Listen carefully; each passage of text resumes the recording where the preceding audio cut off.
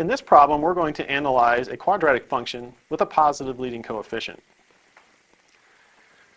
We want to analyze the function f of x equals 3x squared minus 12x plus 4. First thing we'd like to do is determine whether the graph opens up or down. We're going to determine that by looking at the coefficient on x squared. Since the coefficient on x squared is positive, we know that the graph of this quadratic function will open up. Next, we want to determine the vertex of the graph. We can find the x-coordinate of the vertex by using x equals negative b over 2a. We come back to our function, identify a is equal to 3, b is equal to negative 12, and c is equal to 4. We can get the x-coordinate is equal to negative 12 divided by 2 times 3, which will be 12 over 6, which is equal to 2. We can get the y-coordinate of the vertex by evaluating our function at x equal to 2.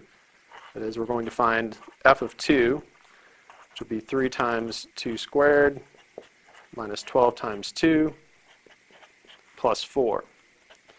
2 squared is 4, 4 times 3 is 12, 12 times 2 is 24, so we'll have 12 minus 24 plus 4, which is equal to negative 8. So the vertex of the graph will be the point 2, negative 8. Next, we want to determine the axis of symmetry of the graph. The axis of symmetry is a vertical line that passes through the vertex. The x-coordinate of the vertex we found to be 2, so our axis of symmetry is the vertical line given by x is equal to 2. Next, we want to find the intercepts for our graph. We'll find the y-intercept first. Find the y-intercept by evaluating the function at x equal to 0. F of 0 will be 3 times 0 squared minus 12 times 0 plus 4, which is just equal to 4. We could have found the y-intercept initially by just noting the constant in our function was 4, so our y-intercept is 4. Next, we'll find our x-intercepts. We'll find our x-intercepts by setting the function equal to 0 and then solving the resulting equation. Well, 0 is equal to 3x squared minus 12x plus 4. We identified earlier that a was equal to 3, b was equal to negative 12, and c was equal to 4. We'll solve this quadratic equation by using the quadratic formula. X is equal to negative b plus or minus the square root of b squared minus 4ac all over 2a. We put in our values for a, b, and c. We'll have negative 12 plus or minus the square root of negative 12 squared minus 4 times 3 times 4 all over 2 times 3. So give us 12 plus or minus the square root of, now here we pay attention, we're squaring the negative 12, so give us 144, a positive 144, then minus 4 times 3 is 12, 12 times 4 is 48, so we get 144 minus 48, all divided by 6. So we'll have 12 plus or minus the square root of 96 divided by 6. We can simplify this radical. We'll get 12 plus or minus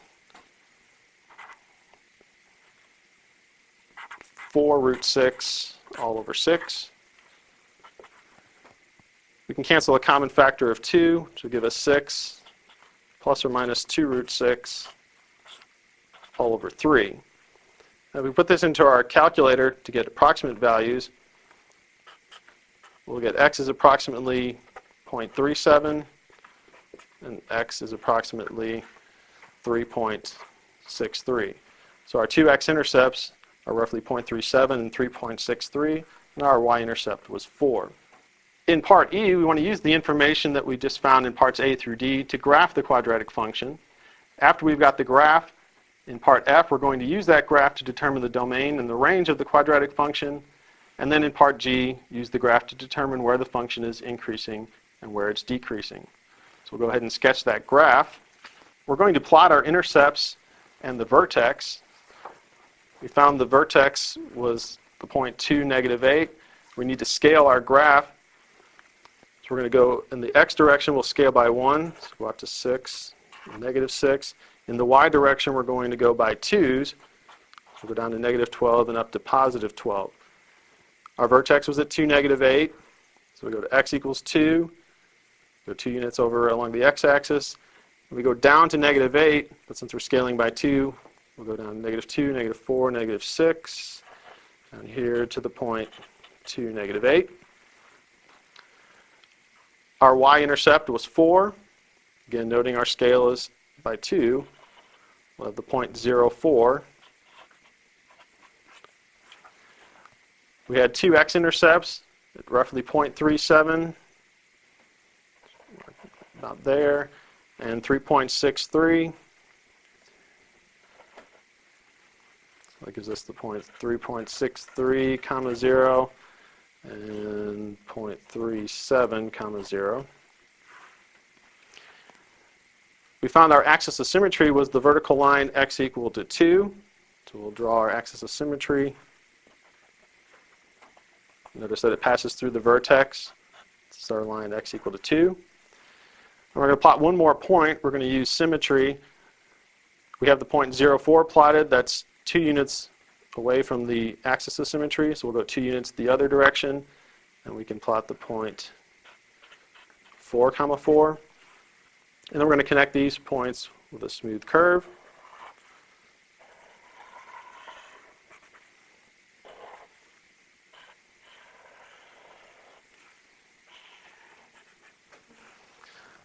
And there we have the graph of f of x is equal to 3x squared minus 12x plus 4. In part F, we are asked to determine the domain and range of the quadratic function from this graph. The domain is the set of all values for the input variable, in this case x. You can see from our graph that the domain will be the set of all real numbers, which in interval notation we would write as -∞ to +∞. The range is the set of all values for the dependent variable, which is y in this case. You can see that the smallest value for y will be -8, and we can get any value from -8 and up. So the range will be the set of all values for y such that y is greater than or equal to -8. In the interval notation, we would write -8 to infinity, using a square bracket on -8 because we can include that value. In part G, we were asked to determine where the function is increasing and where it is decreasing. And here we're looking for intervals for x values. You can see that the graph will be increasing starting at x equal to 2, and it will continue to increase as we move towards +∞. So we'll say the graph is increasing on the interval 2 to infinity.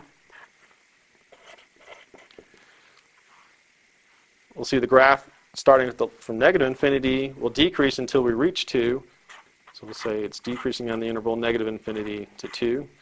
And notice that we're using parentheses on 2 in both of these intervals.